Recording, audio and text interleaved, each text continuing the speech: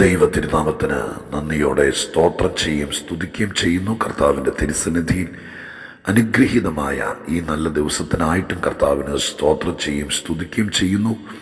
നാൾതോറും നമ്മുടെ ഭാരങ്ങളെ ചുമക്കുകയും ദൈവത്തിൻ്റെ തിരുസന്നിധിയിൽ ആശ്രയിക്കുമ്പോഴൊക്കെയും നമ്മെ വിടുവിപ്പാൻ അടുത്തു വരികയും എണ്ണമില്ലാത്ത നന്മകളാൽ നമ്മെ നിറയ്ക്കുകയും ചെയ്യുന്ന കർത്താവിൻ്റെ അതിപരിശുദ്ധ നാമത്തിൽ നിങ്ങൾക്കെല്ലാവർക്കും സ്നേഹ വന്ദനങ്ങൾ അറിയിക്കുന്നു.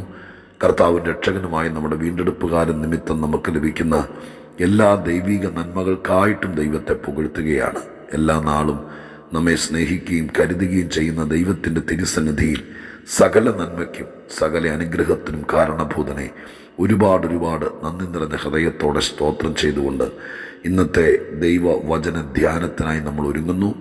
ലോകത്തിൻ്റെ നാനാഭാഗത്ത് ചതറിപ്പാർത്തുകൊണ്ട് ദൈവത്തിൻ്റെ വൻകൃപകളെ വർണ്ണിച്ചുകൊണ്ട് ദൈവസന്നിധിയിൽ ഭക്തിയോടും കൃപയോടും വചനമനുസരിച്ചും അക്കരെ നാട്ടിലെത്തുവോളം ദൈവത്തിൻ്റെ കൃപയെ ആസ്വദിച്ചനുഭവിപ്പാൻ ഒരുങ്ങുന്ന എല്ലാ പ്രിയപ്പെട്ടവരെയും കർത്താവ് അനുഗ്രഹിക്കട്ടെ. വിശേഷാൽ ഈ വചനം കേൾപ്പാൻ ഭാഗ്യമുള്ള അതിനുവേണ്ടി ഒരുങ്ങുന്നവരെ കർത്താവിൻ്റെ വൻ കരുണയിൽ താങ്ങട്ടെ എന്നുള്ള പ്രാർത്ഥനയോടെ ഇന്ന് നിങ്ങളുമായി പങ്കുവയ്ക്കുവാൻ ദൈവാത്മാവിൻ്റെ ഹൃദയത്തിൽ പ്രേരിപ്പിച്ചിരിക്കുന്ന ദൈവിക ദൂതനാധാരമായി സങ്കീർത്തനങ്ങൾ 22:19 വാക്യം വായിക്കാൻ ആഗ്രഹിക്കുന്നു. സങ്കീർത്തനങ്ങൾ 22:19.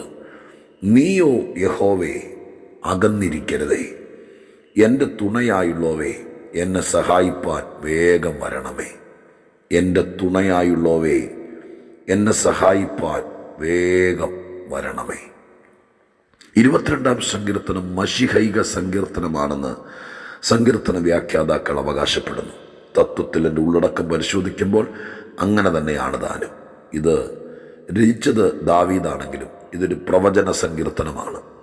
നമ്മുടെ കർത്താവായ യേശുക്രിസ്തു സഹിക്കാൻ പോകുന്ന കഷ്ടത്തെക്കുറിച്ച് പ്രവാചക കണ്ണിൽ കണ്ട് തൻ്റെ സ്വന്തം അനുഭവത്തിലൂടെ താൻ കടന്നു പോകുന്ന പ്രയാസ പ്രതിസന്ധിയിലൂടെ യേശുക്രിസ്തുവിനെ കണ്ട ഒരു പ്രവാചകനാണ് ദാവീദ് രാജാവ്. ഒന്നോടെ ഞാൻ ആ വാക്ക് പറയാം. ദാവീദിൻ്റെ ജീവിതാനുഭവമാണ് ഒരർത്ഥത്തിൽ 22-ാം സങ്കീർത്തനം. പക്ഷേ ആ ജീവിതാനുഭവങ്ങളിലൂടെ കടന്നു പോകുമ്പോൾ വരാനിരിക്കുന്ന മശിഹ, മാനവജാതിക്ക് വേണ്ടി സഹിക്കാനിരിക്കുന്ന വലിയ ഘോര പീഡനങ്ങളും അതിൻ്റെ കഷ്ടങ്ങളും വർഷങ്ങൾക്ക് മുമ്പ്, ക്രിസ്തു ജനിക്കുന്നതിന് വർഷങ്ങൾക്ക് മുമ്പ് തൻ്റെ ജീവിതാനുഭവത്തിലൂടെ കണ്ട് അത് പ്രവചന സൂക്തമായി ദൈവത്തിൻ്റെ തിരുസന്നിധിയിൽ പാടിയ സങ്കീർത്തനമാണ് 22-ാം സങ്കീർത്തനം. അതിനകത്ത് കർത്താവ് പിന്നെ ക്രൂശിൽ കിടന്ന് അലറി നിലവിളിച്ച വാക്കും, യേശുക്രിസ്തു ക്രൂശിൽ കിടക്കുമ്പോൾ സഹിച്ച ത്യാഗങ്ങളും, ആ ക്രൂശിന് ചുവട്ടിൽ നിരന്ന് നിന്ന ഓരോരുത്തരെ ആലങ്കാരികമായിരിക്കുന്ന ഭാഷയിൽ അവതരിപ്പിച്ച് അത് ആത്മക്കണ്ണുകൊണ്ട് കണ്ട് രചിച്ചിരിക്കുന്ന പാടിയിരിക്കുന്ന സങ്കീർത്തനമാണ് 22-ാം സങ്കീർത്തനം. ആ പശ്ചാത്തലങ്ങൾ ഞാൻ മാറ്റിവെക്കുന്നു. ഈ സങ്കീർത്തനത്തിനകത്ത് ഏറ്റവും അധികം ദാവീദ് വിലപിക്കുന്നത്, കരയുന്നത്, ദൈവത്തോട് പറയുന്നത് അകന്നു നിൽക്കരുതേ എന്ന വാക്കാണ്. 1-ാമത്തെ വാക്യത്തിൽ തന്നെ ആ കാര്യം പറയുന്നുണ്ട്. എൻ്റെ വാക്കുകൾ കേൾക്കാതെയും എൻ്റെ ഞരക്കത്തിൻ്റെ വാക്കുകൾ കേൾക്കാതെയും എന്നെ രക്ഷിക്കാതെയും അകന്നു നിൽക്കുന്നതെന്ത്? അപ്പം ദൈവസന്നിധിയിൽ നമുക്ക് ഞരക്കം ഉണ്ടാകുന്നതല്ല വിഷയം, കഷ്ടമുണ്ടാകുന്നതല്ല വിഷയം. കഷ്ടത്തിൻ്റെ നടുവിൽ ദൈവം നമ്മെ അടുത്ത് നിന്ന് അനുഗ്രഹിക്കുന്നു, സഹായിക്കുന്നു എന്നുള്ളത് ഒരു ഭക്തനെ സംബന്ധിച്ചിടത്തോളം ബലമേറിയ കാര്യമാണ്. ഞരക്കങ്ങൾ വരുമ്പോൾ ഞരക്കത്തിൻ്റെ ശബ്ദം കേൾക്കാൻ ഒരാളുള്ളത് ആശ്വാസമാണ്. അതുപോലെ തന്നെ 11-ാമത്തെ വാക്യത്തിലേക്ക് എത്തുമ്പോൾ, കഷ്ടം അടുത്തിരിക്കിയാൽ എന്നെ വിട്ടകന്നിരിക്കരുതേ. കഷ്ടത്തിൻ്റെ പാളയത്തിലേക്ക് കാലെടുത്ത് വയ്ക്കുമ്പോൾ ഏറ്റവും അധികം ആരെയാണ് ആഗ്രഹിക്കുന്നത്? ഒരു പ്രയാസത്തിലൂടെ കടന്നു പോകുമ്പോൾ, ഒരു ബുദ്ധിമുട്ടിലൂടെ കടന്നു പോകുമ്പോൾ നമ്മൾ ഉൾഭയമുണ്ടാകുന്ന, എന്താ സംഭവിക്കാൻ പോകുന്നതെന്നറിയാൻ വയ്യാത്തൊരു പ്രയാസം നേരിടുമ്പോൾ വാസ്തവത്തിൽ ആരുടെയെങ്കിലുമൊക്കെ സാമീപ്യം ആഗ്രഹിക്കും മനുഷ്യൻ. ഏറ്റവും അടുത്ത് പ്രിയപ്പെട്ടവർ, രക്തബന്ധത്തിൽ ഏറ്റവും അടുപ്പമുള്ളവർ, അവരുടെയൊക്കെ സാമീപ്യം ആഗ്രഹിക്കും. ഇവിടെ ഈ സങ്കീർത്തനത്തിനകത്ത് മശിഹായെയാണ് കാണുന്നതെങ്കിലും ദാവീദ് തൻ്റെ അനുഭവത്തിലൂടെ പറയുന്നത് ഇതാണ്: ദൈവമേ അകന്നിരിക്കരുതേ, കഷ്ടമടുത്തിരിക്കുന്നു, പ്രയാസമടുത്തിരിക്കുന്നു, അകന്നിരിക്കരുതേ. ദൈവത്തിൻ്റെ സാമീപ്യം കൊതിക്കുകയാണ്. നമ്മൾ 19 വാക്യത്തിനകത്ത് എഴുതിയിരിക്കുന്നത്, ദൈവമായ യഹോവേ അകന്നിരിക്കരുതേ. ഏറ്റവും പ്രധാനമായി ചിന്തിക്കാൻ ആഗ്രഹിക്കുന്ന അടുത്ത പദമാണ്, എൻ്റെ തുണയായുള്ളവേ എന്നെ സഹായിപ്പാൻ വേഗം വരണമേ. വേഗം വരുന്ന സഹായി, വേഗം വരുന്ന സഹായി.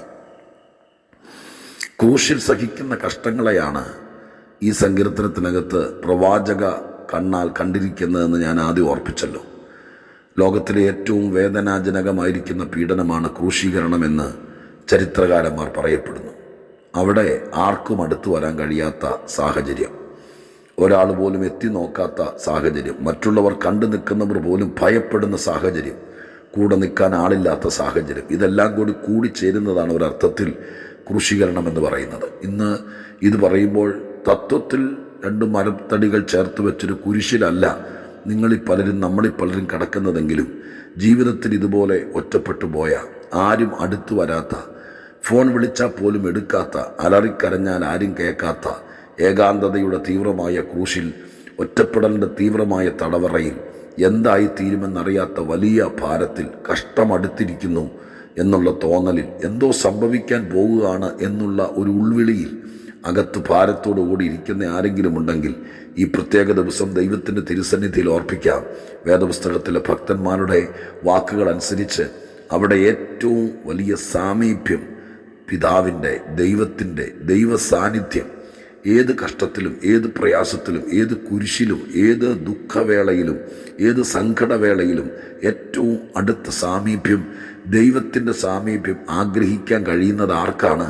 ദൈവഭക്തന്മാർക്ക് മാത്രമാണ്. എന്നെ കേൾക്കുന്ന പ്രിയപ്പെട്ടവരെ, ജീവിതത്തിൽ എന്തൊക്കെ പ്രശ്നത്തിലൂടെ കടന്നുപോയാലും, എത്ര ഘോരമായ വിപത്തിലൂടെ കടന്നുപോയാലും, ദൈവത്തിൻ്റെ തിരുപാദപീഠത്തിൽ ഏറ്റവും സങ്കടകരമായ വേളയിൽ, ഏറ്റവും ദുഃഖകരമായ താഴ്വരയിൽ ദൈവത്തിൻ്റെ സാമീപ്യം നമുക്ക് ലഭിക്കുക എന്ന് പറയുന്നത് ഏറ്റവും പ്രധാനപ്പെട്ട ഘടകമാണ്. നമുക്ക് തോന്നും ദൈവം അകന്നു നിൽക്കുകയാണെന്നല്ല. ഈ പരിസരത്ത്, ഈ കഷ്ടതയുടെ, ഈ പ്രയാസത്തിൻ്റെ പരിസരത്ത് എവിടെയൊക്കെയോ കർത്താവുണ്ട്, ദൈവമുണ്ട് എന്നുള്ളത് നമുക്ക് ഉറപ്പു തരുന്നതാണ്. പ്രധാനപ്പെട്ട വാക്കൊന്നോടെ പറയട്ടെ, എൻ്റെ തുണയായുള്ളവേ എന്നെ സഹായിപ്പാൻ വേഗം വരണമേ. സ്തോത്രം. വേഗം വരണമേ, വേഗം വരണമേ എന്ന് പറയാൻ നമുക്കെല്ലാവരോടും പറ്റിയല്ല. വേഗം വരണമെന്ന് പറയണമെങ്കിൽ നമുക്കൊരു ബന്ധം ഉണ്ടാകണം. ആ ബന്ധമാണ് ആ വാക്യത്തിനകത്ത് എഴുതിയിരിക്കുന്നത്, എൻ്റെ തുണയായുള്ളവേ എന്നെ സഹായിപ്പാൻ വേഗം വരണമേ. കഷ്ടതയും പ്രയാസമൊക്കെ എപ്പോഴാണ് കയറി വരുന്നതെന്ന് പറയാൻ പറ്റില്ല. ഒറ്റപ്പെടലും നിന്നയുമൊക്കെ ഏത് സമയത്ത് സംഭവിക്കുമെന്ന് പറയാൻ പറ്റില്ല.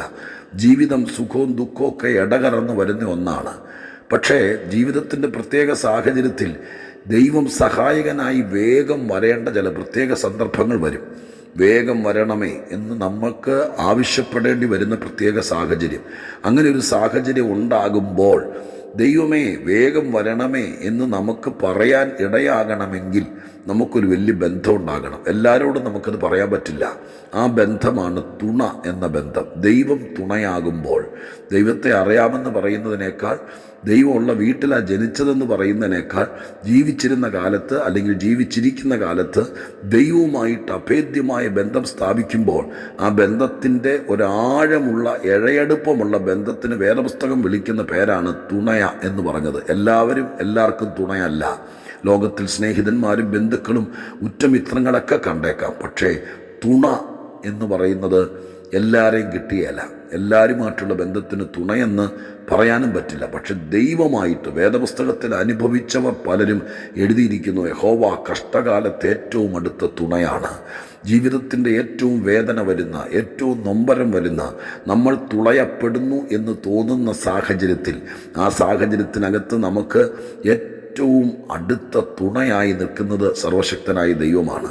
നമുക്ക് തോന്നും ചിലപ്പോൾ ഏറ്റവും അടുത്ത തുണയായവൻ പോലും അകന്നു നിൽക്കുകയാണല്ലോ എന്ന്. ആ സന്ദർഭത്തിൽ അഭിമാനത്തോടെ ദൈവത്തിൻ്റെ തിരുസന്നിധാനത്തിൽ ദൈവമായിട്ടുള്ള ബന്ധത്തിൻ്റെ അടിസ്ഥാനത്തിൽ ദൈവത്തോട് ചോദിക്കാൻ, ദൈവത്തോട് പ്രാർത്ഥിക്കാൻ പറ്റുന്ന വാക്കാണ്, ദൈവമേ തുണയായുള്ളവേ എന്നെ സഹായിപ്പാൻ വേഗം വരണമേ എന്ന്.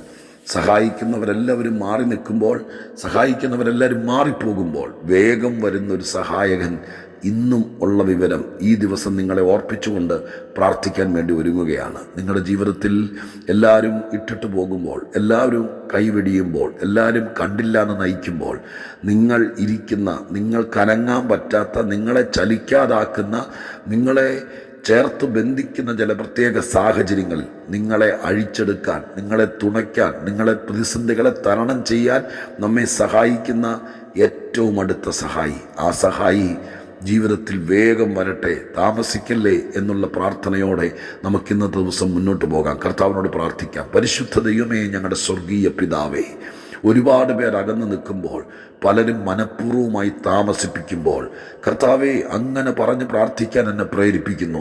പല കാര്യങ്ങളും, പല നന്മകളും, ജീവിതത്തിൻ്റെ അനുഗ്രഹങ്ങളും പലരും താമസിപ്പിക്കുമ്പോൾ, എൻ്റെ ദൈവമേ, അങ്ങ് താമസിക്കരുതേ, അങ്ങ് വേഗം ഇടപെടണമേ, അങ്ങ് വേഗം വരണമേ, അകന്നിരിക്കരുതേ. കഷ്ടതയുടെ തീച്ചൂളയിൽ, നൊമ്പരങ്ങളുടെ വലിയ താഴ്വാരത്ത് അങ്ങുകൂടി അകന്നു നിന്നാൽ സഹായിക്കാൻ ആരുമില്ലല്ലോ എന്നെഴുതിയിരിക്കുന്ന ഭാഗം ഞങ്ങൾ ഓർക്കുന്ന കർത്താവേ, അവരുടെ അടുക്കലേക്ക്, ഏറ്റവും അധികം സഹായം ആവശ്യമുള്ളവരുടെ അടുക്കലേക്ക് അങ്ങ് വേഗം വരണമേ. വേഗം വരുന്ന സഹായിയായി ഞങ്ങളുടെ ദൈവത്തെ കണ്ടുകൊണ്ട് ഞങ്ങൾ ദൈവത്തോട് പ്രാർത്ഥിക്കുന്നു.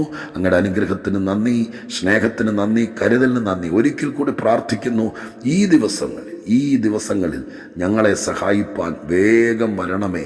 ഈ പ്രാർത്ഥന ഏറ്റുചൊല്ലുന്ന ആരെങ്കിലുമൊക്കെ ഉണ്ടെങ്കിൽ, വേഗം അങ്ങയുടെ സാമീപ്യം ചോദിക്കുന്നവരുണ്ടെങ്കിൽ അടുത്ത് നിന്ന് ദൈവത്തിൻ്റെ പ്രവൃത്തി വെളിപ്പെടുത്താൻ ഇടയാക്കണമെന്ന് പ്രാർത്ഥിക്കുന്നു. പ്രാർത്ഥന കേട്ടതിന് നന്ദി. യേശുക്രിസ്തുവിൻ്റെ നാമത്തിൽ അപേക്ഷിക്കുന്നു. കേൾക്കണമേ സ്വർഗീയ പിതാവേ. ആമേൻ.